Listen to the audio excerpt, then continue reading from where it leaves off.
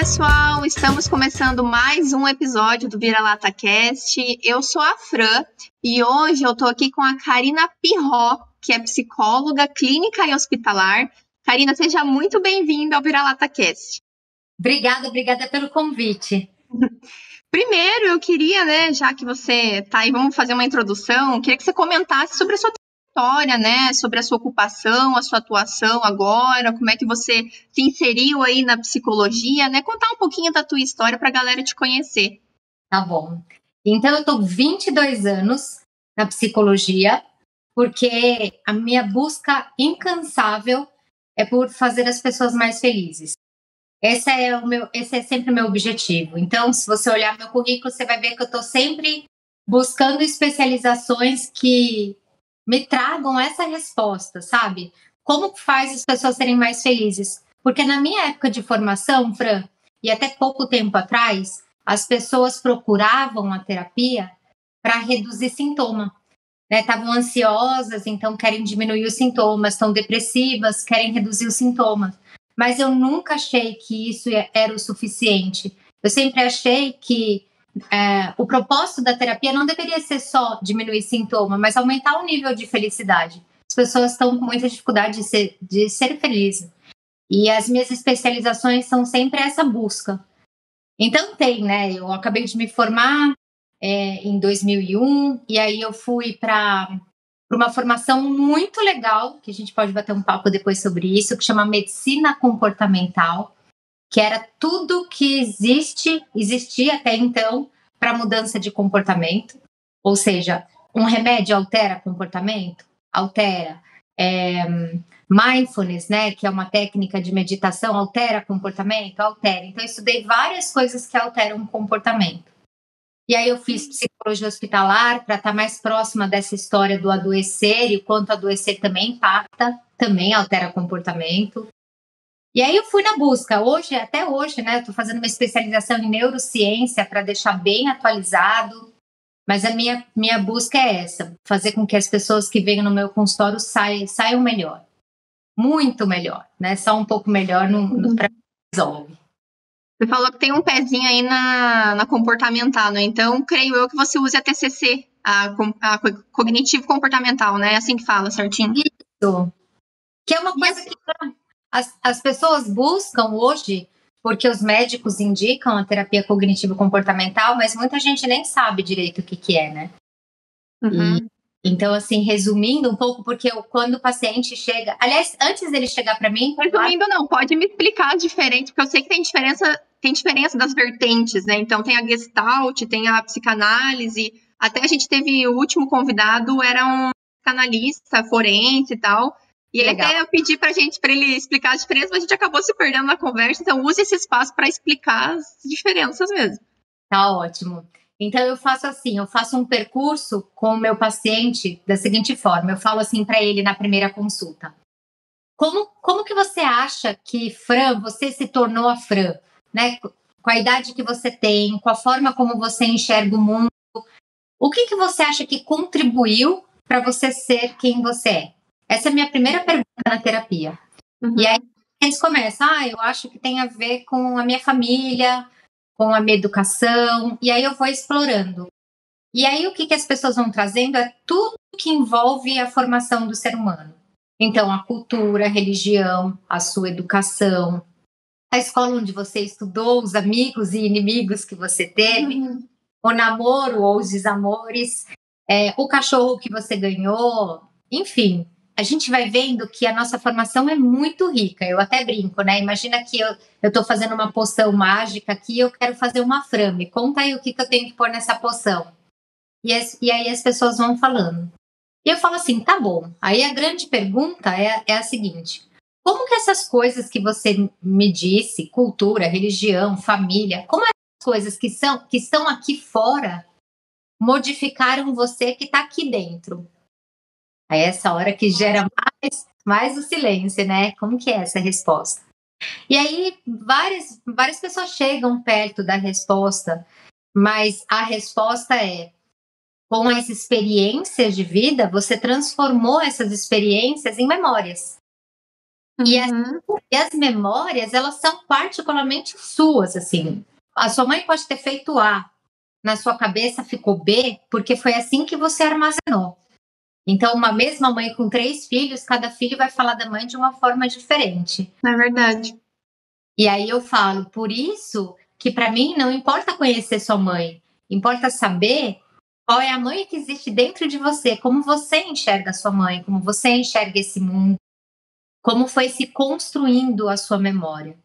Esse é o primeiro passo. As experiências então se transformam em memórias. E as memórias guiam a forma da gente pensar. Então, se eu coloquei o dedo na tomada e tomei um choque, essa memória fica gravada e eu penso depois. Tomada é perigoso. Essa formação do pensamento tem a ver com a sua experiência, porque uma outra pessoa pode ter colocado o dedo na tomada e não tomou choque, ela não vai dizer que tomada é perigoso. A leitura, né, tão individualizada que cada um tem de cada experiência, né? Muito sensível isso. Isso. E aí, por que fazer terapia? Porque existem algumas experiências da Fran, particulares dela, ou da Karina, que atrapalham a vida dela. Então, por exemplo, se uma pessoa vem para mim, ela de repente sofreu uma traição e aquilo foi muito dolorido e virou uma memória, aí eu vou ver como que ela fala sobre isso. E aí o que ela me fala, né? Eu falo que a fala é filha do pensamento. Então tudo que alguém tá falando para mim, eu tô prestando atenção no que ela pensa. Aí ela fala assim: "Ai, relacionamentos são difíceis, né? Homem é tudo igual". E aí você percebe pela fala dela, ou seja, pelos pensamentos dela, que esse aprendizado para ela vai atrapalhar a vida dela. Porque o que a gente faz com os nossos pensamentos? A gente projeta o futuro. Então, quando ela começar a namorar, dando um exemplo mais fácil, ela começou a namorar. Aí ela liga para o namorado, ele não atende. Aí ela liga de novo, ele não atende. Aí vem a memória dela lembrar. O gatilhozinho começa a arranhar, né? Já começa, consciente ou inconsciente. E aí traz essa lembrança para ela de que ela corre risco, de que pode ser que ele esteja traindo. A partir desse momento que ela pensou que ele está traindo, se ela pensa que ela está traindo, ela tem um sentimento, né, sempre grudado no pensamento. Se você pensa coisa ruim, você vai ter sentimento ruim. Então ela pensou que vai ser traída. Ela vai se sentir, vamos dizer, rejeitada ou com raiva. E como que ela vai agir? Ela vai agir, por exemplo, com bico e brava. Aí, esse namorado novo, né, que atrasou um pouco, sei lá, acabou a bateria dele, vai saber o que aconteceu, toca na casa dela, ela abre a porta como? Com um bico desse tamanho, né, já dando aquela patada, e isso vai ter uma continuidade. Porque no momento em que esse namorado novo recebe uma patada, ele vai responder a isso, reagir. Ninguém que recebe patada dá amor. Então ele pode se afastar, ou ele pode ser grosso, e essa hora ela tira a conclusão: nossa, como ele tá estranho comigo, né? Como ele... Eu acho que realmente ele estava fazendo alguma coisa, porque mal você já tá me tratando estranho, e não percebe que ela criou esse ciclo. Entende? Eu fiz um ciclo, né? E aí se fecha a terapia cognitivo-comportamental, que é: as suas experiências de vida se transformam em memórias, as suas memórias formam a forma como você enxerga o mundo e os seus pensamentos, e esses pensamentos vão te ajudar ou te atrapalhar na sua vida. E no consultório, eu identifico quais são os seus aprendizados que atrapalham sua vida, e aí a gente trabalha essa questão. Então, assim, resumindo a terapia cognitiva, lógico, isso aí vamos dizer, a teoria por trás, né? Uhum. O primeiro passo é a pessoa perceber, entender que aquilo que ela pensa é só a experiência dela, não é a realidade. Porque se ela acreditar que é a realidade, ou seja, ele tá me traindo, e ela não duvidar disso, não tem o que fazer. É o fato, né? É um fato. Aí não tem discussão. É Agora, se ela chegar para mim e falar, se ela conseguir para ela mesma falar, putz, lá tô eu de novo achando que é traição. Será que sou eu de novo pondo meu carimbo nas coisas, que eu ponho meu carimbo tudo igual em todo mundo? Se ela duvidar, a raiva dela já perdeu força. Começou. Nossa, a gente mal começou, eu já tô aqui levando vários tapas na cara, porque assim, essa reprodução de um comportamento aprendido. Quando eu faço terapia, eu tenho 25 anos e eu faço terapia desde os 9, a gente já chega lá, né? Por que eu comecei tão cedo? Mas assim, isso é tão profundo e tá tão no âmago, né? Que quem não faz terapia não percebe. E a gente passa, ano após ano, só reproduzindo nessa incessante, nesse jeito de viver que a gente não percebe, né? A gente não abre as cortinas para ver o que tem lá no fundinho, que às vezes é só uma criança que não foi ouvida, ou ainda uma falta de diálogo que precisava acontecer e não aconteceu, né? Uma transparência. E esse negócio de relacionamento, né? Eu acho que é tão... Você deve lidar com isso. Cada história, né? Tão, assim... Poxa vida, era só, às vezes, abrir o jogo que evitaria tantos traumas, evitaria tantos problemas. E eu mesmo já passei isso, né? Várias e várias vezes com o meu namorado, né? E ele é uma pessoa super paciente, super calma. Ainda bem, porque senão não ia aguentar. Mas ele é uma pessoa super, assim... o bom é que ele foca na mente resolutiva sempre, sabe? Então, às vezes quando eu tô lá, putz, estou irritada com alguma coisa, ou ainda tô querendo briga, né? Que mulher tem dessa, às vezes puxar um negócio assim, tô querendo brigar. Ele consegue conversar comigo, assim, numa comunicação não violenta. Eu falo pra ele que eu ganhei na loteria com ele, porque ele consegue olhar pra mim e falar assim, amor, olha só, você percebeu que você tá irritada comigo porque aconteceu isso hoje de manhã e você sem perceber você tá descontando em mim ou você não tá percebendo que eu não tenho culpa disso? E eu fico, gente, eu queria ser assim. Eu queria ter essa maturidade, essa sensibilidade para lidar, né? Não só com o meu parceiro, mas com as pessoas, né? Porque a gente tá sempre tão lá no fundo pautado pela emoção, Reagindo, né? Reagindo, é nisso que eu queria chegar. Porque eu até tenho um livro que inclusive, tá aqui na minha estante, Karina, que mudou a minha vida. Eu juro por tudo que é mais sagrado nesse planeta, que eu nunca vou esquecer desse livro, que é Não Leve a Vida Tão a Sério. Olha, que legal, uma boa indicação para eu ler e indicar, então. É muito... Esse livro não é atual, sabe? Ele já tem algum tempo, só que, assim, o título é bem infeliz. Não faz jus ao que ele entrega, sabe? Ele tem um material rico, tão lindo, tão esclarecedor e uma leitura leve, fácil, gostosa de ler. E depois que eu li, assim, até comentei com meu namorado que eu até chorei lendo aquele livro, porque foi um soco tão grande no meu cérebro, no sentido de me salvar de mim mesma, de não ferir mais as pessoas que estão à minha volta, porque até a gente pode chegar nisso em seguida, porque já teve muitas vezes que eu achei que eu era borderline, por exemplo. Porque às vezes eu brigava e depois eu ficava, caraca, mas por que eu falei isso? De não perceber que eu estava sendo tomada pela minha emoção. E nesse livro especificamente, por que ele me salvou tanto, né? Ele me fez enxergar como a gente, na maioria das vezes e na maioria dos casos, né, de todas essas circunstâncias e situações, a gente está só reagindo. Isso. Não está agindo. E tem uma frase que ficou muito marcada na minha cabeça, que foi, ele falou o seguinte, em todas as situações, seja briga, seja um evento ali no trânsito, seja alguma coisa que aconteceu, se você amar a pessoa antes, saber que dentro dela, dentro de cada um de nós, existe uma parte que é bondosa, amorosa, que tem união, que tem amor. Lá, aquele átomozinho, nem que seja o menor que seja, sabe? Aquele primeiro átomo. Se você souber disso, que existe amor naquele complexo daquela pessoa, você não reage, você age. Então, por exemplo, alguém vem aqui, um vizinho meu, que já aconteceu, inclusive, vem aqui e bate, não, porque teu carro tá fora do lugar, porque não era pra você... Já vem assim, tesourando, né? Não, porque teu carro tá fora do lugar, a gente não pode manter uma convivência assim, porque você faz isso errado, porque isso é errado. Enfim. 8 horas da noite, a cabeça da gente já tá assim, Imagina, uma pessoa dessa vem aqui e fala, porque tem tal problema no prédio, porque não sei o quê, não sei o quê. De ímpeto.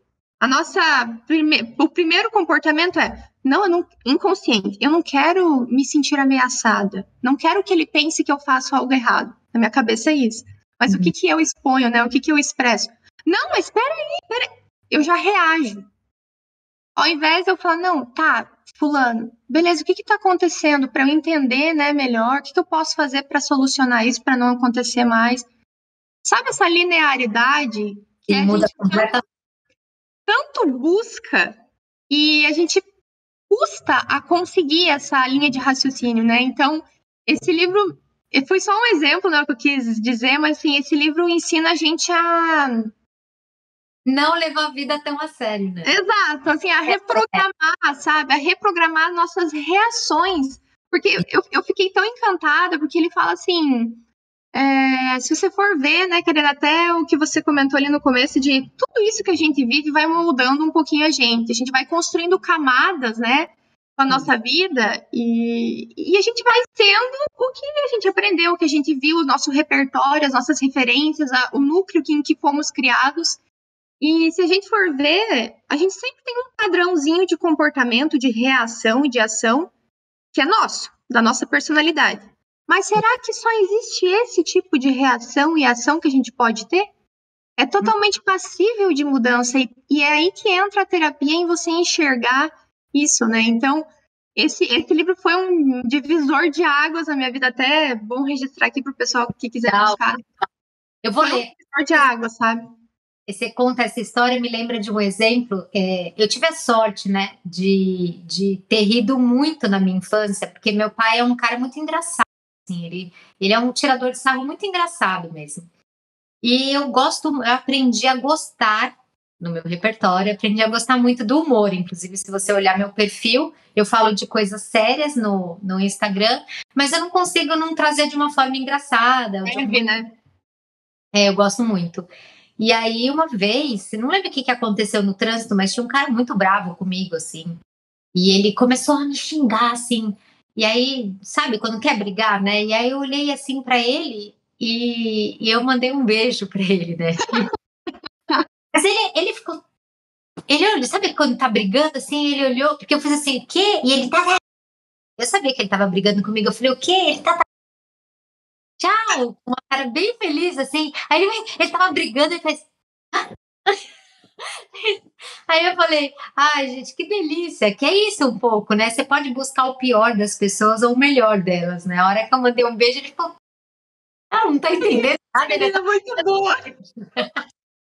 Eu adoro fazer isso.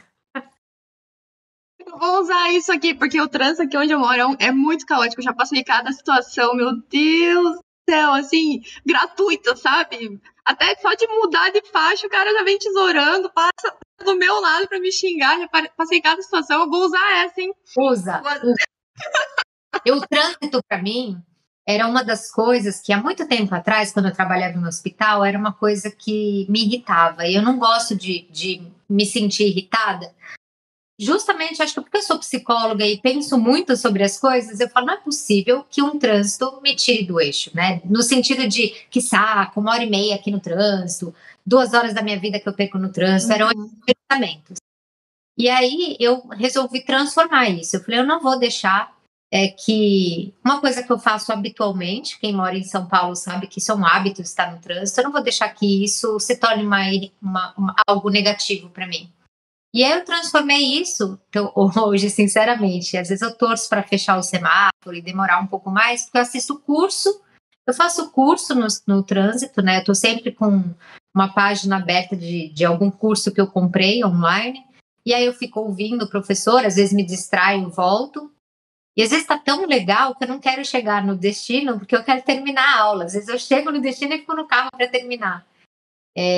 Então, acho que essa capacidade, né, de transformar algo ruim, como você disse, por mais que na personalidade a gente possa ter características que nos dê o ímpeto de reagir de alguma forma, eu tenho plena certeza, e não é só uma certeza da Karina, a neurociência fala isso, que a gente pode aprender novos comportamentos independente da idade. fica mais difícil aprender quanto mais velho, como a gente sabe. Se você quiser aprender alemão agora, você vai sofrer mais do que você sofreria do que com 7 anos. Mas é muito possível se a gente tiver foco e desejo de mudança. Então, a terapia, Fran, olha que coisa, né? A neurociência descobriu o seguinte, que até os 25 anos, a gente aprende as coisas passivamente. Você não sabe como você aprendeu português, a falar português. Você simplesmente estava lá convivendo e aprendeu. Você não sabe como você aprendeu os conceitos sobre a vida. Você foi viver e aprendeu. A partir dos 25, o nosso aprendizado não é mais passivo. O nosso aprendizado é ativo. Ele precisa da atenção. Você precisa estar focada naquilo que você quer aprender. Você não vai mais aprender inglês só porque as pessoas estão falando em volta. Você tem que ativamente fazer alguma coisa. E a terapia, ela também é assim, a mudança, né? Tô falando da terapia, mas o processo de mudança, de parar de reagir, de querer ser uma pessoa diferente, é tipo, eu preciso prestar atenção em como eu estou fazendo para que eu consiga mudar. Então, a terapia nunca é os 50 minutos no consultório, assim. Nunca é. É muito mais do que isso. Com certeza. Nossa, até coincidência, né? Ontem eu estava assistindo um podcast do Wesley. Acho que vocês devem conhecer. Ah, eu adoro ele também. E ele falou exatamente isso. Ele estava no Inteligência Limitada também, né, no podcast. E ele falou exatamente isso. Até fez o gráfico lá. Exatamente isso que você falou. De que até os 25 anos, né, é muito, por exemplo, uma criança, é por isso que uma criança aprende uma língua muito mais fácil, ou não tem tanta resistência para as coisas, explora mais, tem uma cabecinha, né, mais aberta para experiências diversas, né? E ele falou que com o passar do tempo, né, essa capacidade da gente aprender coisas novas, ou até mudar de opinião, ou ainda ouvir mais o outro, sabe? Para mudar um pouco aquela crença que a gente tem, algum conceito que já está batido e tal. Essa capacidade, né? Até ele explicou da massa cerebral, né? Da neurociência, está explicando isso. Ela diminui com o tempo. Então, é inversamente, né? E é exatamente isso. Se a gente for ver, quanto mais a gente fica velha, né? Quanto mais os anos passam, a gente fica mais irredutível. Isso. E eu tô vendo por mim, sabe? Tô mais irredutível e menos propenso à mudança e querer atingir grandes reconhecimentos, grandes conquistas. Claro, isso é natural de todo ser humano, querer prover algo bom para a família, né? Conquistar algo seu e tal. Mas eu vejo que a gente perde um pouco essa ilusão que é tão gostosa quando a gente não sei se é ilusão, mas aquela ideia tão gostosa, né, e de esperança, de não, porque eu quero tal coisa, porque eu vou para tal lugar, porque eu vou ser tal coisa. Quanto mais o tempo passa, a gente fica um pouco mais racional, mas eu acho que perde um pouco esse deleite, sabe, do imaginário, e a gente fica cada vez, parece que mais emburrecido, sabe, cada um mais centrado em si, e eu acho que é aí que acontece tanto esses choques no trânsito, brigas no escritório, no trabalho, porque tal pessoa não pensa igual eu. E a gente fica cada vez mais irredutível e menos propenso a ouvir o outro, né? Sim, essas experiências de vida podem ser marcantes o suficiente de tirar seu sonho, né? Então você tinha o ímpeto de empreender, aí você empreende e não dá certo, aí você tem essa experiência, aí você empreende de novo, não dá certo, você soma duas, e aí essas experiências negativas vão tirando os sonhos mesmo, porque daí forma o pensamento. Não adianta mesmo, a vida é muito difícil, eu não nasci sortudo, sabe? E aí a gente vai construindo esses pensamentos que vão enrijecendo. Daí que eu acho que a terapia vem para mostrar que essa conclusão que você chegou, de novo, que está hoje te limitando a ser feliz, porque você não quer mais testar algo novo, né? Isso só tem a ver com medo. É medo. Por que você quer tentar algo novo? Muito, muito provavelmente não é porque você não quer se dar bem. É porque você está com medo de tentar de novo e não dar certo. É exatamente isso. Questionar. Acho que tem que sempre refletir pelo onde a gente está, né? Quando a pessoa vem, eu vou conversando e vou percebendo onde ela está achando, né? Que ela não quer mais sonhar, sabe? Eu não quero mais. Eu sempre dou aquela duvidada. Não é possível. Alguma coisa aí que fez ela perder o sonho dela. Vamos lá.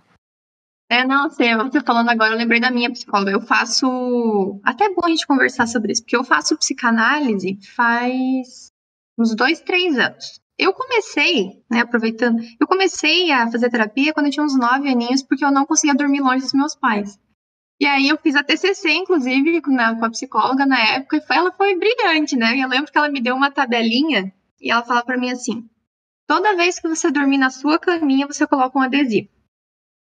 E eu falava, ai não, eu vou completar a tabelinha inteira, eu quero chegar lá e mostrar pra ela, né, Maristela, mostrar pra ela que eu completei a tabelinha. E eu chegava e ela, olha só, você conseguiu, que bom. Enfim, ela fez um trabalho, assim, muito gostoso comigo, eu lembro até hoje, sabe? E eu consegui, enfim, isso passou, né? Mas eu tinha muito isso porque eu tinha muito medo dos meus pais morrerem, sabe? Eu tinha um pavor quando eu era criança, porque meus pais são mais velhos, assim, né? Eu sou a caçula. E eu tinha um pânico disso. Isso foi uma leitura que eu criei mesma. Eles nunca falaram nada. Mas foi uma leitura própria e aquilo me atordoava, sabe? E minha mãe percebeu que eu chorava muito e me levou na psicóloga. Então aí eu comecei, né? Gostei muito da terapia, sempre fiz. E aí eu parei uma época na faculdade. Quando eu fiz faculdade eu parei. Dava demais, estava muito atarefada. E eu parei. E aí eu voltei faz uns 2, 3 anos. Só que aí eu fui para psicanalista. Foi um choque, viu? Foi um baque até legal a gente conversar, porque assim, doeu e dói fazer psicanálise. Quando eu caí na psicanalista, eu tinha um outro relacionamento, acabou não dando muito certo, e eu fiquei num buraco por 3 meses, assim. E essa mulher me levantou, né? Foi maravilhosa comigo, eu tô com ela até hoje, mas assim, o trabalho que a gente fez foi de muitas camadas, sabe? Foi muito doloroso, né? Naquela época eu estava muito sensível, muito fragilizada, mas foi tão profundo que eu não lembro de outra coisa ter me tocado tanto quanto a psicanálise me tocou, né? E aí, conversando com outras amigas, eu vejo que tem muitas pessoas que não gostam da psicanálise, né? Por diferentes características, às vezes a personalidade gosta de um outro tipo de ativação ali na terapia, né, e tal. Mas é até bom eu perguntar para você, né, você acha que a psicanálise é para todo mundo mesmo, né? Se existe esse aprofundamento na vertente, porque eu vejo assim, Karina, tanto que eu falei ali, é o fato, né? Quando acontece alguma coisa, não tem o que a gente lutar contra. Então, a minha psicanalista tem muito essa vertente comigo, assim, de, o que aconteceu, aconteceu, a gente vai lidar com o fato. E eu fico muito nessa ilusão, às vezes sofro por uma fantasia, ou algo nem aconteceu, eu já fico com medo por antecipação, então, né, por ansiedade e tal. Mas eu vejo que é interessante até eu conversar contigo, porque eu tô sentindo uma necessidade de ir para TCC, sabe? Uhum. Eu tô vendo, assim, não é que não esteja mais dando caldo à psicanálise, mas parece que eu cheguei num ponto que eu não tenho mais eu para olhar, sabe? Porque o eu ali, né, o Freud, até você pode explicar melhor, é você olhar o seu eu ali do cantinho, ver o que você tá de fora, né? Ver a locução, ver a forma que você entende o mundo, a forma que você se doeu, mas é um ímpeto próprio, né? É um enfrentamento do seu eu com o seu eu. Uhum. E aí, apesar do que aconteceu, o que você vai fazer? E isso é dolorido às vezes, sabe? Às vezes eu fico, poxa vida, mas naquele ponto, naquela situação, não tinha muito o que eu fazer, ou ainda, por que isso ainda me incomoda? O que isso diz sobre mim? Então, parece que eu tô chegando num ponto na psicanálise que talvez uma mudança na abordagem seja mais efetiva. E não sei se daria para você explicar um pouquinho melhor, né? Por que a psicanálise dói tanto, né? Por que a psicanálise é tão pesada, assim? Olha, eu vou tentar ser bem breve e justa com a psicanálise, né? O Freud, quando ele criou a teoria, eu acho ele sensacional, tá? Sensacional. Só que isso foi no final de 1800. E se você pegar os médicos dessa época, e ele era médico neurologista, as pessoas naquela época fizeram teorias maravilhosas sobre o corpo humano, enfim. Não é por isso, não é porque fizeram teorias maravilhosas que a gente usa até hoje, nem na medicina e nem na psicologia. Eu acho que uma das coisas importantes é a atualização. A atualização é muito importante. Na época, o Freud era neurologista e ele tratava de pessoas que iam no consultório dele. Ele começou a perceber que algumas pessoas que iam lá, tinham sintomas que não faziam sentido do ponto de vista físico. Por exemplo, a gente sabe, né, que a metade direita do cérebro controla a parte esquerda e vice-versa. E, de repente, tinha uma mulher que aparecia com o braço direito torto, com a boca esquerda, assim, aí ele olhava, não fazia sentido para ser um AVC, não fazia sentido para ser outras doenças. E quando ele conversava com essas mulheres, elas se mostravam muito emotivas e choravam. E depois que choravam, melhorava o sintoma. Grossamente falando, né? Então, percebendo que por trás daqueles sintomas físicos existia alguma coisa a mais. E o Breuer, que era a pessoa que, enfim, mentor dele, na época, estava trabalhando com hipnose. O resumo é que ele percebeu que existia algo psíquico atrás das coisas físicas. E ele foi estudar um pouco mais esse psiquismo, né? Fazendo as próprias teorias através das pacientes dele e olhando em volta o que se falava sobre isso. Na época estava se estudando muito hipnose, ele chegou a usar hipnose e na hipnose, quando ele usava nas pacientes, ele percebia que essas pacientes iam para uma fase da vida e muitas delas traziam traumas. Então ele começou a fazer associação. Bom, então pessoas com trauma estão em sofrimento psíquico e isso pode ter alguma reação física. E através dessas conversas com essas pacientes, né, o atendimento, ele foi montando a teoria dele, de como funcionava a mente. Aí que vem a teoria dos sonhos, daí que vem a teoria do id, ego e superego, como que se forma a mente, e muitas coisas muito interessantes, muito mesmo. Ele que fala de inconsciente, né? Só o consciente que o Freud fala e que as pessoas, até os próprios psicanalistas que não estudam muito, falam de forma errada, e eu estou te falando isso porque eu dei aula para muitas pessoas formadas. Eu fazia para essas pessoas formadas a seguinte pergunta: me fala um pouco o que vocês acham que forma o ser humano, que nem eu fiz a pergunta inicial para você. E os alunos todos, né, que eram psicanalistas ou da TCC, iam me falando a cultura, a religião, a genética, blá, blá, blá, blá. E aí eu falava assim, gente, é só isso mesmo? Alguém quer acrescentar mais alguma coisa? Não, você já falou tudo, beleza. Só que eu olhava para os psicanalistas e falava, escuta, essa teoria que você acabou de me dar, de que o que forma você é a genética, é a cultura, é a sua mãe, é seu pai, mas também é seu namorado e seu cachorro, o Freud não falou sobre isso. O Freud falava só da primeira infância, que a sua formação, Fran, era basicamente pai e mãe, é só isso que ele fala na literatura, ele nunca põe tia, avó, cachorro, namorado, porque ele acreditava que a formação era nos primeiros 6 anos, lá, 7 anos.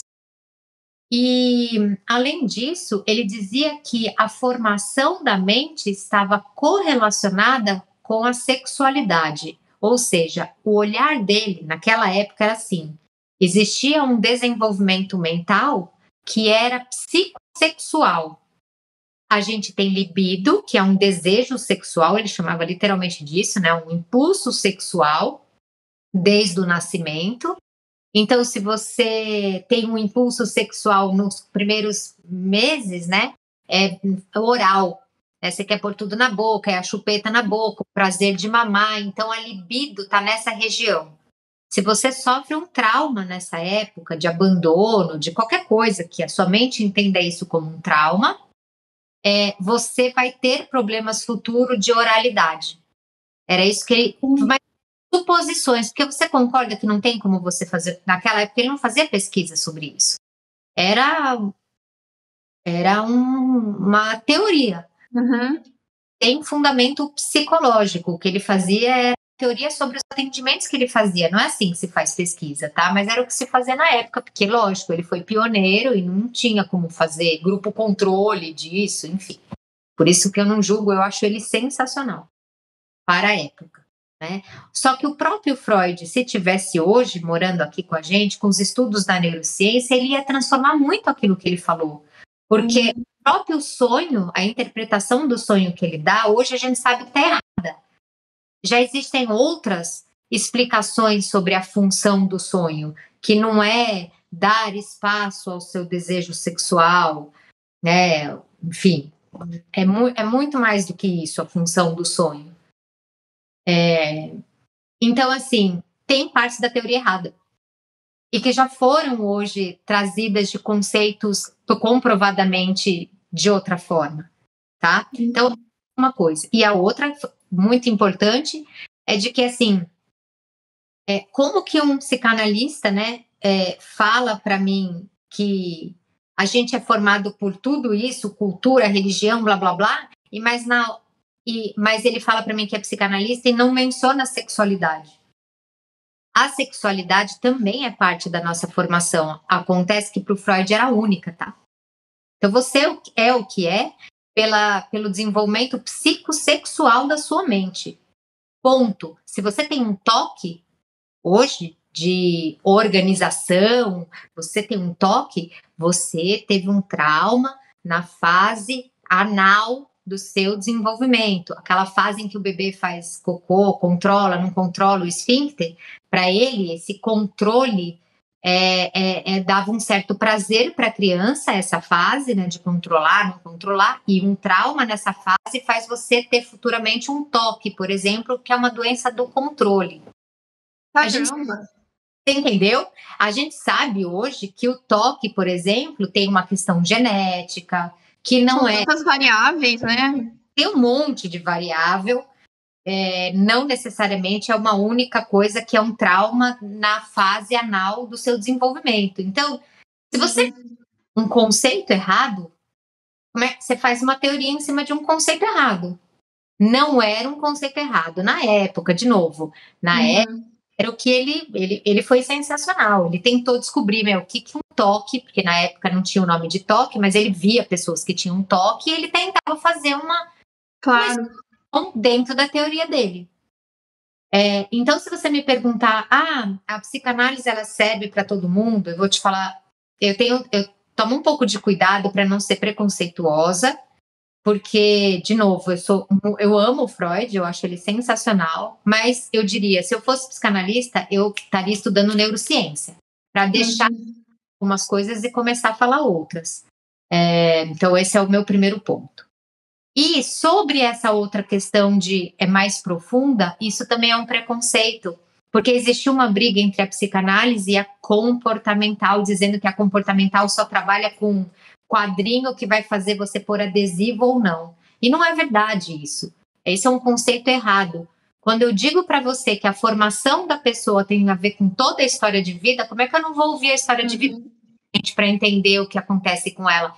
As minhas pacientes sentem dores várias vezes, né? Só que a dor, eu sempre falei isso, e era uma briga minha desde a faculdade. Eu sou chata desde a faculdade. Eu era aquela que levantava a mão. Eu tinha uma sócia psicanalista e a gente ia trabalhar com um grupo de depressivo. E eu falei, amiga, a gente precisa ter um antes e depois. A gente precisa saber medir como esses pacientes vieram, o nível de depressão, e a gente tem que trabalhar com algumas técnicas que daqui 12 sessões a gente tem que medir eles estarem melhor. Aí ela falou assim, não tem como a gente fazer isso, porque ela é psicanalista, ela falou assim, porque eles vão sofrer, né, vão passar por um momento de sofrimento, e então você pode medir, ele tá pior. Eu falei, não, ele pode estar pior numa fase, mas ele tem que melhorar depois. Então a gente tem que pegar esse depois e medir o depois. Ela, mas não tem como saber, porque... Então ela queria dizer que o processo terapêutico era dolorido. Eu falei, sim, eu concordo, mas eles têm que sair disso, porque eu não vou entrar minha mãe depressiva para uma terapeuta que diz que ela só vai piorar. Se você não tiver como dizer para mim que ela vai melhorar, eu não vou nem mandar. Então, era essa a minha briga. Por isso que eu falei lá no começo, a minha eterna luta pelo conhecimento é porque eu tenho a responsabilidade de fazer uma pessoa vir comigo, passar por um processo que pode ser doloroso sim, porque o autoconhecimento passa por muito questionamento, mas ela tem que melhorar. Com certeza. E aí, para finalizar, eu tenho uma amiga que fez psicanálise, ela fez terapia, né, com uma psicanalista, e ela me encontrou, hoje ela está estudando psicologia TCC, e ela falou assim, Cá, um dia eu parei de ir no psicólogo, porque quando eu estava ruim, a terapia era ruim, era sofrida, e quando eu estava boa, ele me questionava coisas para eu ficar ruim. Assim, nunca tá bom, sabe? Então, nossa, né? A pergunta induzia o sofrimento, porque a teoria é sempre do trauma, né? A teoria é baseada no trauma. E essa tá a limitação, né? Porque por isso que eu falei pra ti que eu tô sentindo um incômodo. E esse incômodo já é o primeiro alerta, sabe? Porque assim, já teve dias, confesso pra você que eu saí da sessão, eu chorei porque ela falou pra mim. E eu fiquei traumatizada com o que ela falou pra mim. Eu nunca vou esquecer. E era uma coisa que poderia ter sido evitada. E eu, assim, eu, né, moro sozinha e tal, minha família tá em outro estado e tal, e eu falei, caraca. Eu falei, não, mas peraí, não tá certo isso. Eu tô ficando pior. Aí foi o primeiro choque, sabe? E eu tô sentindo, isso foi assim, recente, né? E eu tô sentindo essa necessidade, porque até o meu namorado também estuda bastante isso, gosta do assunto, né, da área, a gente também é apaixonado por ciência, valorizo muito a ciência, né? Eu gosto, e até ele comentou comigo, mas ele me apresentou o Wesley e explicou, né, algumas coisas que eu estava aprendendo com ele também, de que a psicanálise não é uma ciência comprovada, você até pode comentar sobre isso. É isso mesmo. E aí que tá o problema, porque assim, o valoroso da ciência é a pesquisa empírica, né? É a aplicação, é a prática, é aquilo que a gente consegue mensurar resultado. E isso é muito importante para a saúde, para a ciência. E aí, como é que alguém usa aquilo que tudo bem, foi importante para a época na questão de progredir a área, mas espera, não existe só isso, não é só essa vertente, não é só essa variável que indica toda a alteração que um paciente pode ter ou todas as consequências que aquilo pode ter. E aí, esse está sendo o meu choque agora, sabe? Depois até de acompanhar o Wesley ali, ele também fala muito sobre cognitivo comportamental, né? E do quanto existe melhoria. Não, é pesado. E eu comecei a ver que quando eu ia na comportamental, meu Deus, que sensação maravilhosa, né? Me pegou lá quando criança, fez tantas atividades comigo, me ouvia muito. E eu melhorei. E aí, agora que eu tô na psicanálise, eu fico. Quando eu faço sessão, eu tenho que me preparar pro chumbo. Logicamente. Porque vem pedrada, sabe? Porque eu mesma, sabe? Olha só que loucura, né? Agora falando contigo, eu me toquei disso. Às vezes eu acordo assim, tá, o que eu vou falar hoje? Não tem nenhum problema acontecendo. Tem nenhum problema acontecendo, tá vendo? Olha só. Isso é grave, né? Porque, assim, a terapia não é só quando tem problema, é só um espaço dela, um espaço de desabafo, sabe? Também, né? Não precisa ser, putz, aconteceu isso no meu trabalho, que você falou da traição. Às vezes não é só um espaço. Eu mesmo, por exemplo, que moro sozinha, é um espaço de conversar, de tirar um nozinho da cabeça, de ficar em paz e sair mais tranquila, né? Não é um lugar para você sair e falar, meu Deus, eu fiz isso. Nossa, eu tenho falar problema, essa semana não aconteceu, né? Às vezes, muitas vezes é assim, qual é a boa notícia, né? Uhum. Né? O que você observou de você? Qual é a boa notícia? Né? O que você aprendeu essa semana? O que você conquistou para você? O que você está pensando? O que você quer? Né? Sempre tem. Conversa sempre tem, mas se for o foco no problema, sempre. É isso que você falou, às vezes você tem que se preparar psicologicamente. Então, eu tô vendo que a comportamental me trouxe tanta melhoria, assim, sabe? Para mim mesmo, assim, de progresso meu. Puxa, com 11 anos sozinha. E consegui, deu certo. E hoje em dia seriam outras coisas, né? Mas eu tô vendo que eu acho que isso talvez seja uma das mudanças que o ser humano pode conseguir por meio da terapia. Porque a psicanálise vai botar você em reflexo, botar você com você, e você vai ter que lidar com essa bucha. E será mesmo que talvez essa seja a melhor forma de lidar com os problemas ou com as coisas que acontecem? Eu não sei, sabe? Eu tô criando algumas críticas com a psicanálise, mesmo não sendo psicóloga, mas por conta da minha experiência mesmo, de ter sido bem dolorosa, me ajudou numa época que eu precisei, mas agora eu tô vendo uma necessidade de uma outra intervenção, sabe? Eu vou generalizar da psicanálise, embora eu tenha falado sobre o que ela se propõe, a época em que ela era, e eu fiz a minha crítica sobre atualizações e forma de fazer ciência, ponto. Quando que uma psicanálise, por exemplo, pode fazer bem? Quando o psicanalista é um ser humano muito especial e está muito a fim de te ajudar, sabe? E às vezes você quase nem percebe a teoria, porque o instrumental dele está mais rico, as experiências dele de vida ou até as formações extras que ele fez deu a capacidade dele trazer para você um lugar de conforto, de autoconhecimento que não seja só esse do foco no problema. Às vezes, eu falo que existem alguns psicanalistas, ou até cognitivistas, tá? É que a gente está falando da psicanálise, tem minha crítica também. Às vezes o psicanalista é mais psicanalista do que o próprio Freud, sabe? E essa que é uma grande questão, assim, as pessoas se escondem em meia dúzia de página que leu, não leu profundamente, entendeu mais ou menos, saiu da faculdade, não fez mais especializações, e na verdade ela se diz psicanalista e sabe? Então a gente tem que tomar cuidado também com o profissionalismo do profissional. Você tem que saber, quando você procura um terapeuta, acho que uma dica, como a gente faz com o médico, é saber o que ele fez na vida, sabe? Saiu da faculdade, está estudando, dá uma olhada no tipo de formação, se tem uma formação atualizada sobre as coisas. Tem um monte de psicanalista estudando neurociência, tem. E aí, essa pessoa que consegue rever os conceitos e né, buscar a atualização, a forma de atuar diferente, provavelmente tem uma psicanálise mais atualizada, deve ter, tá?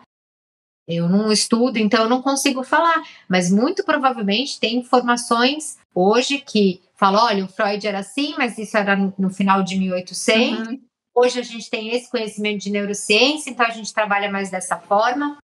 Muito provavelmente tem. Então, acho que é bem importante a gente saber quem é o profissional que está atendendo a gente.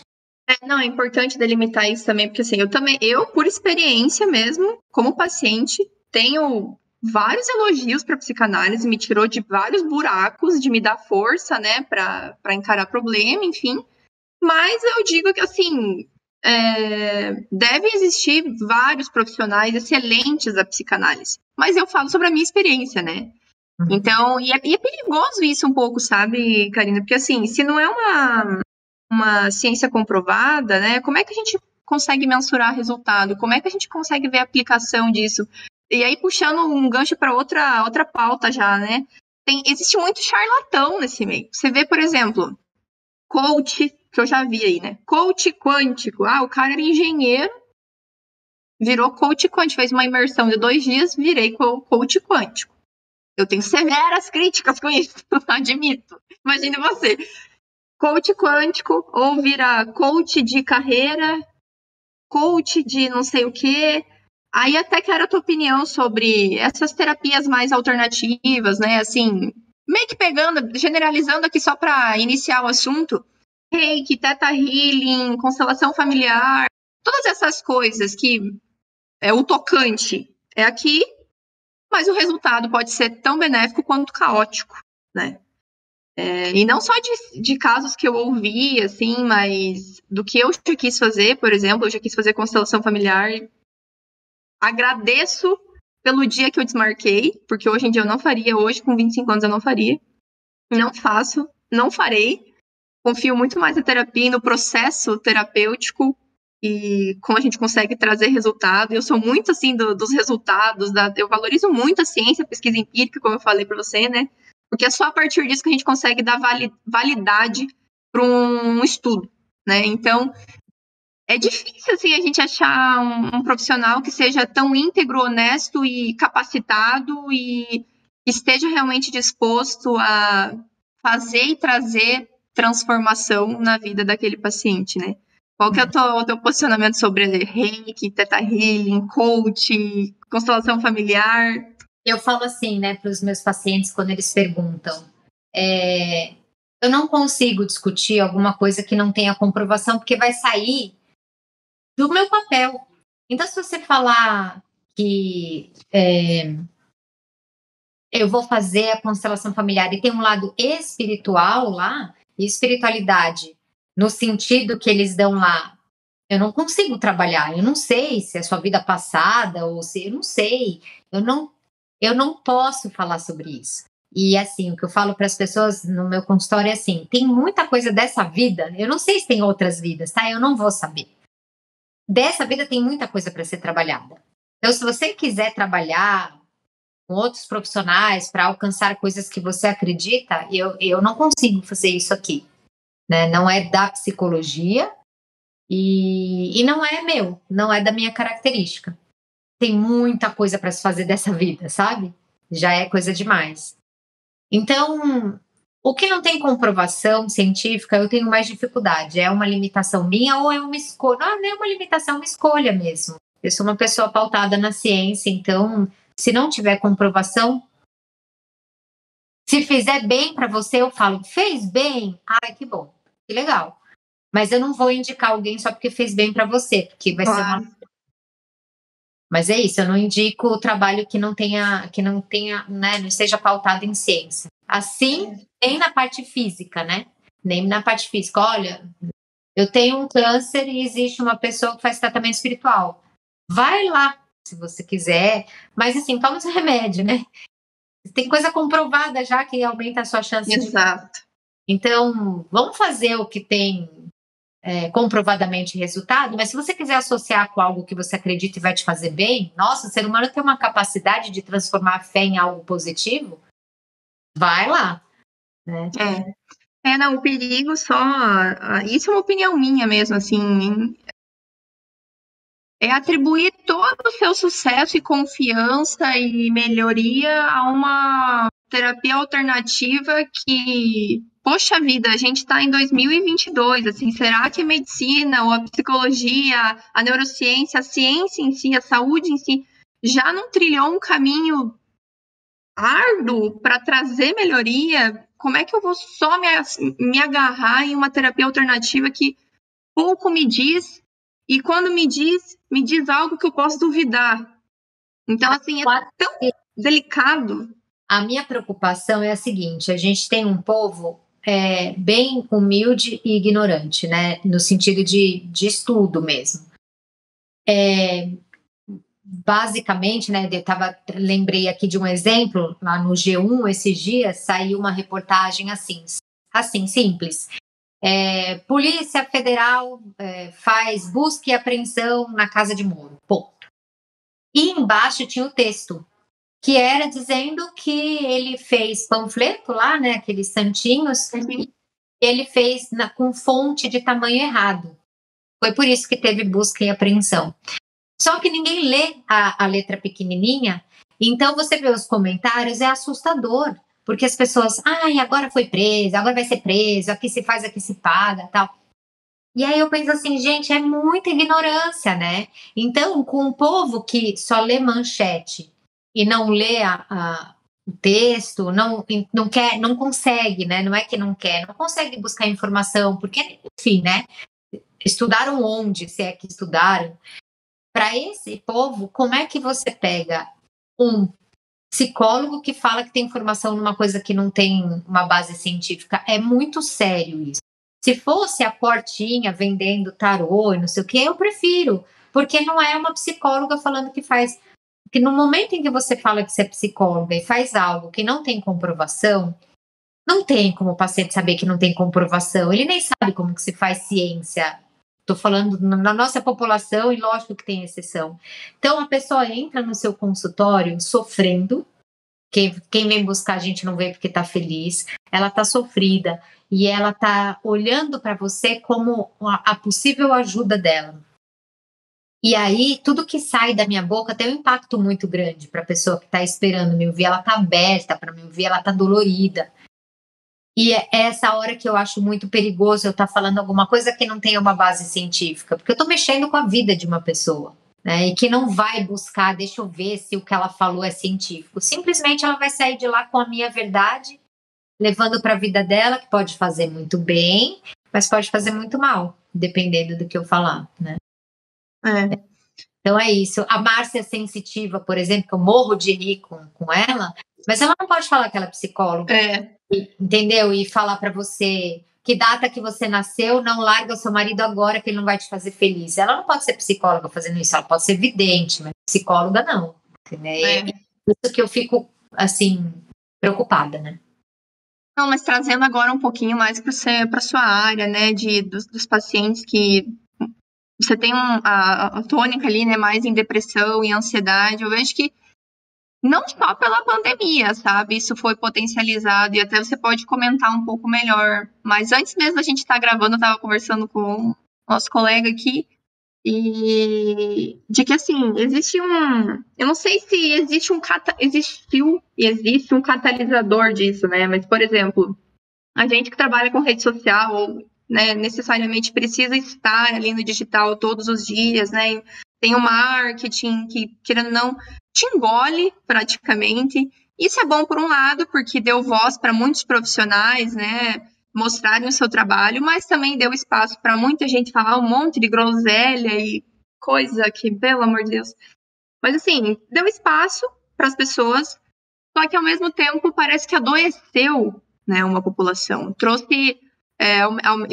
eu estava falando da tecnologia, né? Ao mesmo tempo que trouxe muito benefício em questão de estudo, parece que trouxe também muita dor, muito sofrimento, muita comparação, muita dificuldade, né? E parece que a pandemia, eu acho que foi um catalisador disso, podemos dizer assim, para muita gente precisar de ajuda, né? Eu lembro que quando deu o Covid, assim, tava aquele caos generalizado lá em março, eu lembro que foi março, assim, abril.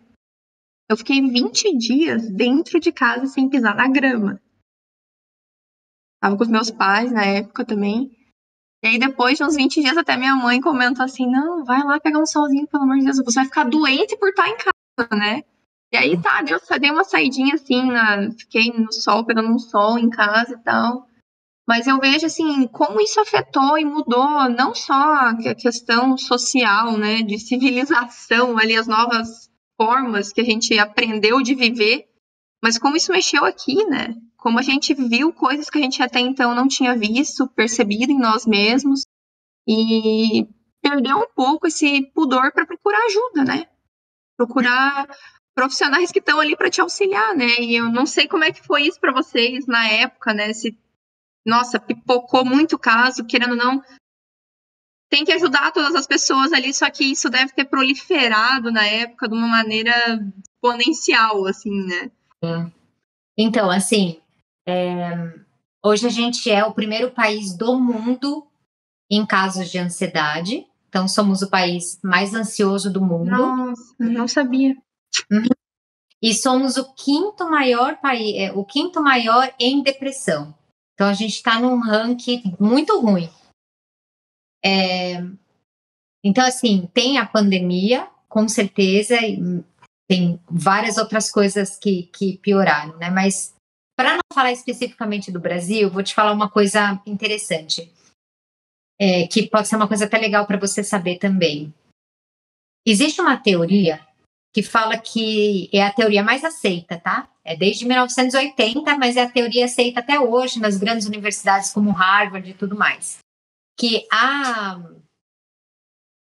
personalidade, 50% da nossa personalidade é formada geneticamente. É como se a gente nascesse com um chip, né? De como a gente Se você pensar, faz sentido, porque muitas vezes alguém que já comprou um gatinho ou um cachorrinho, quando você vai comprar e observa, você consegue observar o comportamento. Tem o mais quietinho, tem o mais agitado, bravinho. Então, desde que nasceu, mesmo sem a experiência de vida aqui fora, a gente já vem com a carga genética, né, dos nossos pais, enfim. E aí, se descobriu 5 características genéticas, tá comprovada já através de pesquisa, de grupo controle e tudo mais. São 5, essa teoria chama Big Five. Eu vou passar ela bem rapidinho e vou parar no item que é o mais importante. As características genéticas são o quanto você, Fran, nasceu mais aberta a novas experiências. Tá? A gente nasce um bebê aberto a novas experiências, ou seja, um bebê que futuramente é aquele que é curioso, ele pega o brinquedo, ele gosta de entrar na escola para conhecer novos amigos, ele muda de escola com, sei lá, mais facilidade, porque ele gosta do novo. É o adulto que muda de restaurante porque quer conhecer um novo sabor, quer viajar para diferentes lugares e tudo mais. Abertura para a experiência. Ou essa pessoa pode nascer, não é só 8 ou 80, tá? Existem graduações. Ou você pode nascer fechado a novas experiências. Então, o bebê que prefere só o colo da mãe, que se assusta com coisas novas, que prefere comer a mesma comida, sabe? Que assim, que é o adulto depois que gosta de viajar sempre para o mesmo lugar, porque tem medo do restaurante errar e tudo mais. Então, essa é a primeira. A segunda característica vou dar um nome aqui, porque em português é ruim, mas é como se fosse o quanto você é voltada a resultado. Você é disciplinada. Uma pessoa disciplinada é quando o professor diz assim na sala de aula: olha, pessoal, dia 24 de setembro agora vocês têm que entregar um trabalho. Se você é muito disciplinada lá na ponta, você já está fazendo grupo de WhatsApp, já está, pessoal, vamos dividir a tarefa, tal. E no dia 24, com certeza, você vai entregar esse trabalho. E tem aquele seu amigo, que é o oposto, indisciplinado, que no dia 24 fala, né? E quando você diz para ele, não, o trabalho, né, que era para hoje, ele não fica nem nervoso, porque ele já é assim. Então ele fala, putz, nem sabia que era hoje. 8, mas tem graduações. A gente tem o extrovertido, que olha só que legal, o quanto você recarrega a sua energia estando com os outros. Que interessante. Olha que legal, o extrovertido não é o só felizão, é o quanto você recarrega a energia quando está com os outros. Ou o introvertido que recarrega as energias quando está sozinho. Então ele até vai numa festa na sexta-feira, mas ele precisa do sábado e domingo na Netflix para descansar, porque senão a energia dele foi embora. Também tem graduações. Aí a gente tem a amabilidade, que a gente chama, que é o quanto o bebê, que depois é uma criança e um adulto, que é empático com o outro a ponto de se preocupar com o outro. Então, a Fran, sei lá, tá passando um problema, ou eu quero falar uma coisa para a Fran, eu quero falar alguma coisa, mas se eu acho que isso vai deixá-la triste, eu não falo. Então, quando a pessoa é muito amável até demais, ela vai numa loja e aí a vendedora foi muito legal, ela fica morrendo de dó de não comprar nada, sabe? Ela é capaz de comprar só para não deixar a pessoa sofrer. Como eu disse, 8 ou 80, o oposto seria uma pessoa combativa. É aquela que atropela você. Ela não tá nem aí com a sua opinião, né? São os grandes ativistas políticos, são muito combativos. Você fazer um debate político, você é muito combativo, porque você vai acabar com seu amigo e não quer pensar no emocional dele depois. E aí, a gente chega na última característica, que é muito legal, que chama neuroticismo. Que eu diria, olha só, é uma característica genética você nascer com maior ou menor grau de estabilidade emocional. O que significa isso? Que um bebezinho, que futuramente vai ser um adulto, esse bebezinho ele passa por um problema. Todo mundo, quando passa por um problema, sai do eixo, ou seja, fica instável emocionalmente. Mas Se você tem um grau de instabilidade muito alto, ou seja, um grau de neuroticismo alto, você não consegue voltar. Algo de ruim acontece com você e você fica remoendo, ruminando aquilo.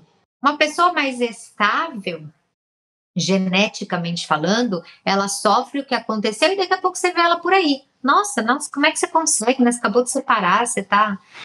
Não, ela não está negando. Ela tem uma forma, né, de viver a dor que passa logo. Isso tem a ver com... Você pode olhar no cachorro também. Tem cachorro medroso, né? Que tem uma bomba, o cachorro... Só de ter jogo, o cachorro já está desesperado. Ué, seria o neuroticismo no cachorro. Ou aquele que tem menos isso. Então, o que é isso do ponto de vista neurológico? É uma glândula que a gente tem dentro da gente, na verdade, uma região que a gente chama de sistema límbico. Eu falo que é uma região, não é glândula nada, é uma região que chama amígdala, que é um botão de socorro que a gente tem lá dentro. Todo mundo tem esse botão do alerta, tá? O alerta vermelho, mas tem gente que esse alerta liga toda hora. Tá? Então, eu falo assim com meus pacientes, até faço o alerta vermelho, né? Todo mundo tem, mas quem é mais instável emocionalmente precisa de menos problema para ligar o botão. Uhum. Sim, por isso, pensa bem, por isso que se uma criancinha ela nasce com esse botão, ela é mais sensível aos problemas, né? Vamos dizer que isso é um alerta. O alerta ligou mais rápido em você e ele demora mais para sair. Então, ok. Se a gente olha isso na sociedade, a gente tem pessoas mais instáveis emocionalmente. Em todo lugar tem, como tem as pessoas mais estáveis. Aí a gente viveu uma pandemia que é um estresse real, absurdo. Então, quem já era instável emocionalmente piorou muito. Ligou o alerta assim. Até hoje tem gente que não sai de casa sem máscara, o que não faz mais sentido, se ela está vacinada. Se você olhar uma pessoa de máscara hoje na rua, sozinha andando, ou dentro do carro dela de máscara, aqui, ó, o alerta dela é ligado, provavelmente ela é uma pessoa instável emocionalmente. Hoje é mais fácil de saber, porque não faz mais sentido, já tem informação sobre isso, né? E então a gente teve essas pessoas que naturalmente não, que por conta da pandemia pioraram muito a instabilidade. Então quem já era ansioso piorou demais. Essas pessoas ficaram dentro de casa e as instáveis se encontraram com as estáveis e elas não ficavam tão perto antes, né? Então mesmo os casais, né? Você tem alguém que é mais instável, alguém que é mais estável, de repente estavam os dois juntos o dia inteiro, que não era assim que se vivia. É um outro problema. A gente tem os extrovertidos que precisavam do social para poder recarregar a energia dentro de casa, olhando as pessoas por tela, então também aumentando o grau de sofrimento. Então a gente viu, quer dizer, isso aí é só alguns pontos, né? Realmente a gente viveu uma fase muito maluca, né? Fora da curva. E aí a gente potencializou tudo de pior das pessoas. Sim. Então, são raras as pessoas que conseguiram melhorar nessa fase, né? Só as pessoas que eram muito estáveis já, isso que eu te falo. E aí ela pegou esse problema, ela deu uma chacoalhada, mas o que eu posso fazer com isso? Eu vou criar um novo negócio, E aí a gente tem os milionários da pandemia, né? As novas profissões, né? Sim. Mas eu trouxe esse conceito para você porque eu acho ele muito legal, assim, acho que é pouco falado sobre isso, né? Não, eu até ia te perguntar como é que é o nome da teoria que eu vou pesquisar, achei bem interessante. Vou anotar, se eu não esqueço. É Big Five, porque são 5 características, né? Big Five. E aí é legal você dar uma lida no neuroticismo, né? Que você trouxe essa questão de você, às vezes, estar lá cutucando seu namorado para ter briga. Muito provavelmente tem a ver com uma instabilidade, como ele já viu, né? Eu tenho mesmo. Até de você ser mais sensível para outras situações. Muito. Né? Aconteceu algo de manhã e você fica rodando nisso e aí acaba despejando em outras pessoas, né? Não, é muito interessante isso, muito legal. Achei muito legal. Assim, eu vou pesquisar para saber, porque assim, enquanto você falava, eu falei, meu Deus, é eu, sou eu, sou eu, sou eu. Porque assim, eu vejo em mim, né? Eu tô aprendendo a ter um pouco mais de casca, aquilo que a gente estava falando no começo, né? Agora, com 25 anos, porque eu sempre fui muito sensível para as coisas. Então, putz, eu passava na rua, eu via alguém sem cobertor num dia frio. Bah, uma semana com aquilo na cabeça. E assim, isso são coisas que acontecem. Não é que apareceu só pra mim, sabe? Mas aquilo me doía. Ou ainda, acontece algum probleminha. Por isso que o livro foi tão fantástico pra mim, que eu sei no começo. Acontece algum probleminha, eu já fico ansiosa, já fico preocupada, eu já fico com medo de alguma coisa dar errado. E assim, não aconteceu. Às vezes vai dar tudo certo, tá na maior paz do mundo. Mas é essa preocupação em excesso, sabe? E eu vejo que quando você falou, nossa, faz total sentido. O meu pai, por exemplo, é assim, muito preocupado, né? Teve uma vida difícil, enfim. E eu vejo que, assim, eu sou a cópiazinha dele melhorada. Talvez um pouquinho melhorada. Mas isso é da família. Por exemplo, a minha mãe, né, quando eu morava com eles, ainda é uma pessoa super calma. Putz, já aconteceu tanto problema na vida dela, tanta bucha, assim. E ela é uma pessoa calma, pacífica. Não, vai passar. Tamo aí vivo, tamo em pé, vai passar. Meu pai já não, porque a gente tem que fazer isso pra evitar isso. Eu sou ele. E muito legal isso, eu não sabia que existia essa teoria, porque faz total sentido. Se a gente for ver as pessoas hoje, as estatísticas, né? Não só com relação a esse cenário pós-pandêmico, do que isso causou, né? Mas assim, de comportamento e personalidade mesmo, né? Isso é fascinante encontrar esses pontos de análise aí para formar um estudo, né? Muito legal. Muito legal, né? Aprendi sobre o Big Five, eu falei, nossa, eu queria que alguém tivesse me ensinado isso antes, porque faz sentido com as características das pessoas, né? E o chip, e a gente vê isso. A gente vê isso, seja no animal como no bebê. Você fala um bebê calminho, o outro já é nervoso. É verdade. Né? Não, muito legal. Não, porque se a gente for parar para pensar assim, ó, eu vejo o contato que a gente tem com as pessoas influencia muito, né? O ambiente que a gente vive, né? O contexto que a gente está influencia muito. E até ontem que eu estava vendo o podcast do Wesley, isso resulta em muitas coisas em nós, né? A leitura que a gente faz do mundo, não só sobre o que a gente estava falando de, né, depressão, ansiedade, mas tudo que a gente vive, né, os problemas que a gente tem, né, as coisas que a gente passa, isso sempre vai resultar em alguma coisa vindo isso com a gente geneticamente ou não, né? E aí tá a importância da terapia. Exato. Mas o que eu ia falar é que justamente por já ter uma predisposição de ser um pouco mais instável, de ser um pouco mais preocupada, né? E até a gente estava falando antes de marketing, de trabalhar com rede social, que parece que potencializou toda a nossa atenção e eu não sei o que acontece naquilo, que é uma terra sem lei, né? Mas assim, parece que aquilo potencializa a nossa ansiedade de uma forma, porque a informação a cada segundo é um excesso de acessos que foram possibilitados pela tecnologia. E isso gera uma urgência interna, que é traduzida pela ansiedade, mas gera uma urgência comportamental, uma sensação de... Não é nem de que está perdendo alguma coisa, sabe? Mas é uma urgência... Não é espiritual, é uma urgência, sabe? É uma urgência sem definição, né? Mas é uma ansiedade mesmo. É um motor que tá ligado sempre, sabe? E é difícil isso, assim, né? Até também falando sobre, antes da gravação, eu tive que esse ano começar a tomar remédio para ansiedade, porque eu, esse ano, olhando para mim, falei assim, caramba, eu não tô conseguindo mais controlar. Eu faço terapia há muito tempo. Mas, sabe, de ter essa noção, a maturidade suficiente, falar, não, eu tenho que tomar remédio, porque eu tava dormindo mal, dormia 2 horas por noite, daí no outro dia ficava cansada, uma sensação de esgotamento, daí no outro dia não dormia de novo, e foi assim. Não sei se foi por trabalhar com marketing ou por estar em contato com rede social, porque essas plataformas acabam potencializando algo bom, mas potencializando o nosso pior em muitas situações, né?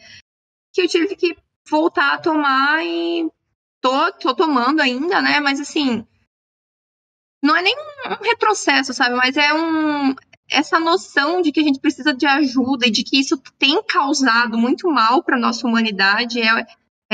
Esse ponto de alerta que eu acho que as pessoas às vezes precisam, sabe? De procurar ajuda para evitar problemas mais sérios e mais graves, né? Sim. Eu falo uma frase que eu acredito muito, porque tudo que eu falo é lógico que eu acredito muito, é por causa da minha experiência.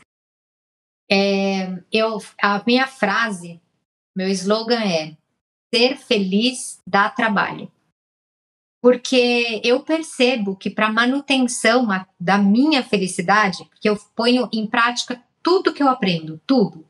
E aí eu vejo para eu estar estável, para eu estar feliz, né, para eu dar risada com coisas até que acontecem difíceis, eu percebo que foi uma construção que deu muito trabalho. Então tem terapia, muito tempo de terapia, tem muito estudo sobre a mente, tem muita autoobservação, muitas tentativas diferentes de encontrar qual é o caminho que me acalma. Então, hoje, tudo que o Wesley fala, por exemplo, né, que é uma coisa que a gente estuda em neurociências, e eu falo muito também, eu ponho em prática. Dá trabalho ir tomar sol todo dia? Né? Então, eu tomo sol todo dia, eu tenho a prática regular de exercício, eu olho para o meu prato de comida, eu escolho o que eu vou comer, mesmo como uma besteira, tipo, eu quero comer, o prato não, eu olho e falo, meu prato não está colorido, porque eu já sei que o intestino, né, a gente pode um dia falar sobre isso, mas o intestino tem um impacto no humor, hoje está comprovado, 90% da serotonina, que é o neurotransmissor aí da ansiedade, né, ou do oposto, que seria da tranquilidade, 90% dele é produzido no intestino. Sabe? Então, se a gente não cuida do intestino, a gente tem um impacto no humor. Se a gente não cuida do sono, é mais importante a pessoa dormir bem do que ela fazer terapia. Se alguém fala para mim, eu tô dormindo super mal, eu falo assim, ó, então nem faz terapia, vai dormir. Vai dormir. Dorme 8 horas por noite. E não é para dormir às 4 ao meio-dia, porque os estudos mostram que você já teve um impacto, que não dá para eu ficar falando que é muita coisa aqui, mas um impacto muito negativo. É dormir das 11 da noite, no máximo meia-noite, às 8 da manhã. Se você não está fazendo isso, você vai gastar terapia mais anos. Porque, sabe assim, é a mesma coisa que você está comendo açúcar e indo na nutricionista. Você fala, cara, não, né? Então tem coisas tão primordiais de conhecimento que a gente tem que pôr em prática. A hora que eu estudei o livro do sono, que eu vi que tinha esse impacto, mas foi na semana seguinte eu comecei a olhar e falei, parou, acabou agora, que eu adorava ler até 1 da manhã, 1h30, acordou 6, eu estava dormindo 5 horas e meia, 4 horas e meia, aprendi um negócio, pus na prática. Então chega 9 horas da noite, eu já tô 10 horas da noite, já tô chamando meu marido, 10h30 eu tô na cama para ler, posso ler até 11, 11h30 eu já exagerei, já tô chateada comigo, dormi 6 da manhã. Então, assim, essa frase, ser feliz dá trabalho, é porque se você, quiser, por exemplo, mais para frente conseguir ficar sem medicamento, tem muita coisa para ser feito antes de chegar no medicamento, sabe? É que a gente acaba não fazendo as coisas e aí, lógico, eu sou super a favor da medicação, super, porque a gente sabe que a ansiedade crônica, ela é neurotóxica, ela faz mal para o cérebro. Então tem gente que fala, eu tenho medo de medicação e tá depressiva. Eu falo, a sua depressão é neurotóxica, ela é mais tóxica para o cérebro do que a medicação. Esse era o meu caso. Uhum. Então, se tá tóxica, ok, a gente entra com a medicação, eu trabalho em parceria com um psiquiatra e tenho vários pacientes que eu encaminho, mas eu falo, você vai depender da medicação para sempre se você não fizer a história de eu tô tomando omeprazol pro meu estômago e comendo coxinha. O hello, vamos mudar a alimentação e um dia a gente consegue tirar o omeprazol, né? Não, perfeito. Assim, eu sempre fui muito contra remédio. Por quê? Porque quando eu tinha uns 15 anos, eu acho, eu tive uma síndrome do pânico muito grave. E eu emagreci muito, eu não conseguia comer, e aquilo foi, que a gente estava falando antes, né? Foi um trauma. Foi maravilhoso o meu tratamento, né? Eu ia na psiquiatra, ia na psicóloga e melhorei. Eu saí do remédio e não mais precisei. Tinha alguns picos de ansiedade, poxa, às vezes estava na faculdade, estava numa semana difícil, assim, ficava sem dormir, ou ainda, às vezes não dormia um dia porque, poxa, no trabalho tem alguma coisa importante amanhã, mas depois normalizava, raros casos, sempre consegui contornar. E aí esse ano, né, isso começou faz uns 2 meses, assim, eu comecei a notar que eu não estava mais conseguindo contornar, e eu, puxa vida, primeiro que, o que me deu, né, que não coisa na minha cabeça, assim, mas me deu uma sensação de impotência, de falar assim, poxa vida, eu faço terapia, eu me cuido, e aí eu já vou explicar por que isso é falso, né? Me cuido, sempre que eu tô ansiosa, minha vida tá boa, né? Todas as pessoas que eu amo estão bem, estão com saúde, não tenho que eu me preocupar. Só que aí você vai ver, fica mexendo no celular até 11h30, às vezes é trabalhando, tá? Às vezes trabalhando mesmo, 11 horas, tá mexendo no celular, não impõe horário, ou ainda, não tem hora pra acordar, ou ainda, não lê, não pega um sol, não vai andar, não faz uma caminhada, faz exercício quando dá, come mal. Eu tava numa onda. Assim, não é nem de comer porcaria, porque eu nunca fui de comer porcaria, não gosto, sabe? Eu gosto de me alimentar bem, mas assim, fazia 2 refeições no dia, porque acordava tarde, ou no outro dia acordava cedo. Uma bagunça. Uhum. E por que eu falei isso? Porque o básico bem feito... Isso. evita muitos problemas. E quando eu me toquei que eu tava fazendo isso sem perceber, eu falei, não, mas peraí, eu tô almoçando que horas? Tô tomando café que horas? Eu tô indo dormir que horas? E aí eu comecei a encontrar várias congruências na minha rotina, né? Eu falei, não, primeiro eu tenho que botar isso em ordem, né? Estabeleci horário para dormir, estabeleci horário para acordar, estabeleci pegar a luz do sol, importantíssimo, e dar uma caminhada. Isso, querendo ou não, a gente acha que, poxa, é pequeno, é sutil, é um negócio que não vai fazer diferença. Tem que pôr em prática isso, pra você ver o esforço que precisa ser feito para manter isso. Isso sendo feito, esse básicozinho sendo feito para sua saúde, para o seu bem-estar, vai te dar um resultado que você nem espera, que é dormir bem, ter disposição, ser mais feliz, ter mais satisfação, ter mais gratidão pelas coisas que você tem na sua vida.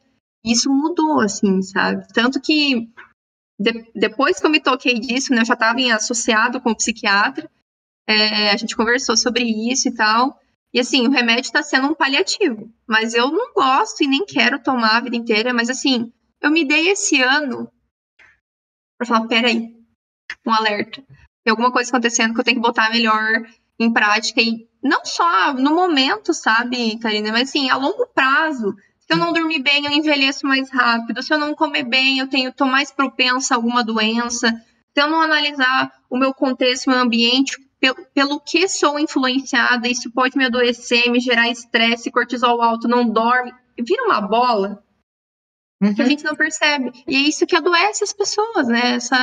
Essa cortina que a gente bota nos olhos, que às vezes é só mudar um negocinho tão básico assim, que isso já gera saúde, já gera bem-estar, né? É complicado isso. Como eu disse, ser feliz dá trabalho, né? No fim das... Outra coisa, Grande, já estamos terminando, tá? Não vou te roubar mais tanto tempo assim. Sabe o que eu queria te perguntar? Com relação a os transtornos. Até queria te perguntar isso antes mesmo. Eu sei que você tá com pouco tempo aí, mas assim, com relação a TDAH, o borderline, TDA, tem outro também que é o... Poxa vida, até lembrei dele antes, esqueci.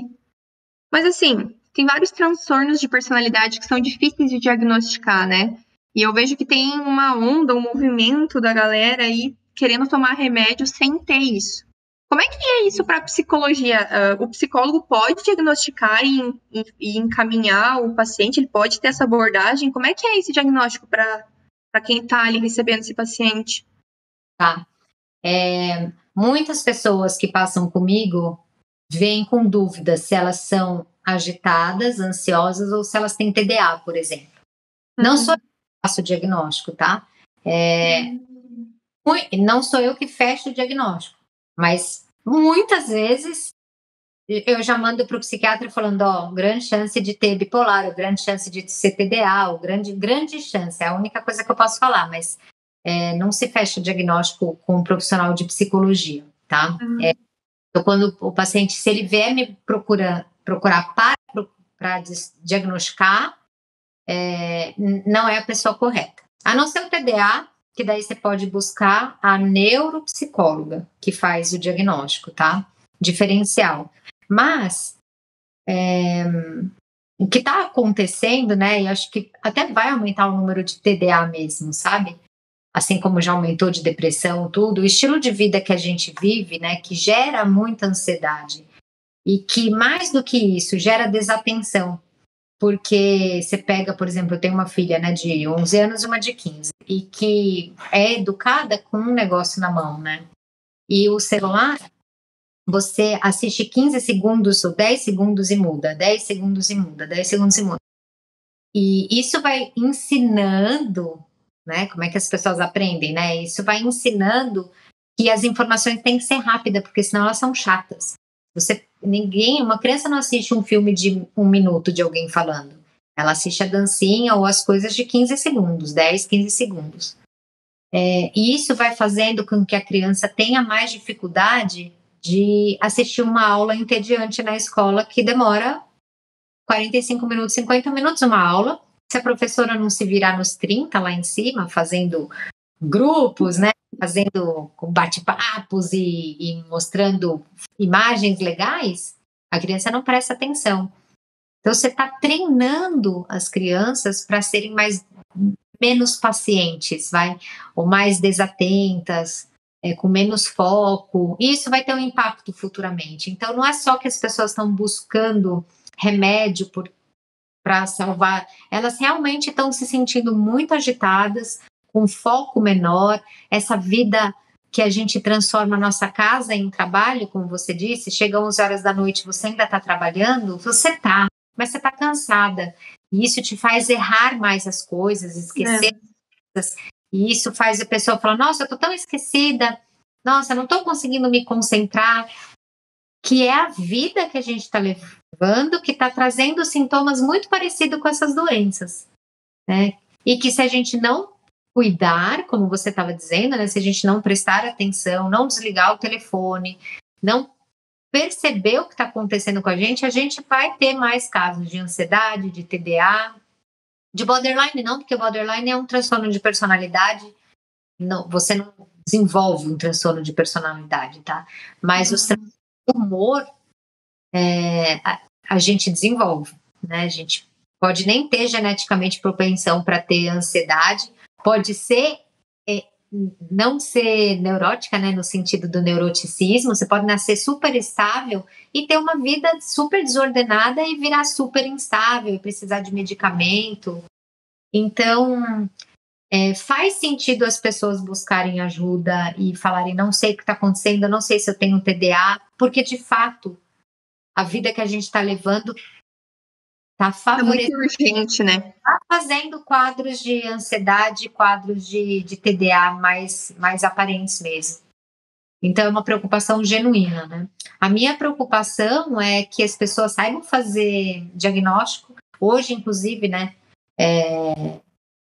Eu vou deixar até gravada uma live falando da diferença entre ansiedade e TDA, lá no Terapia no Insta. Vou deixar gravada justamente porque as pessoas estão buscando. E aí, eu não sei se essa é a minha agitação, eu estou muito desatenta, então eu vou dar algumas dicas para a pessoa saber.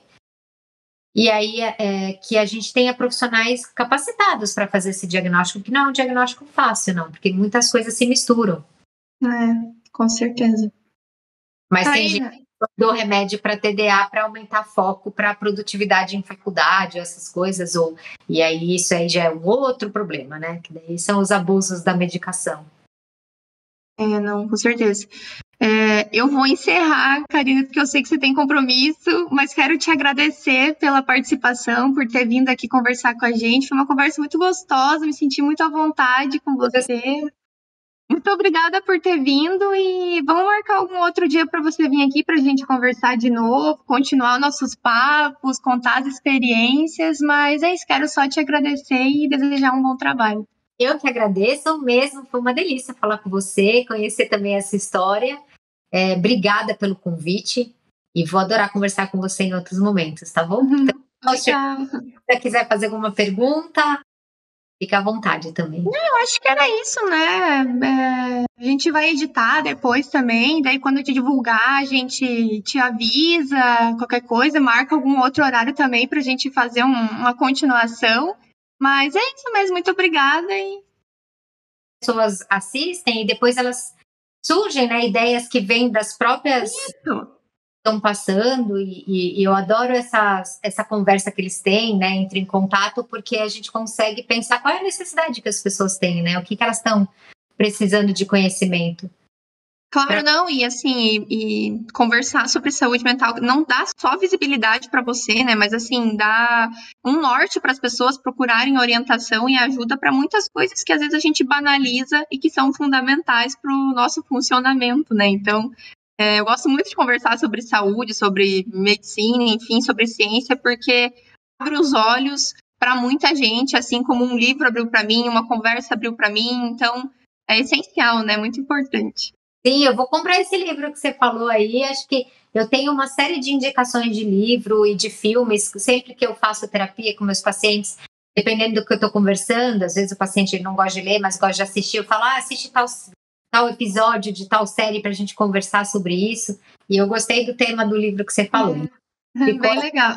Fechou. Obrigada, tá, Karina? Beijo para você. Tchau. Tchau, tchau.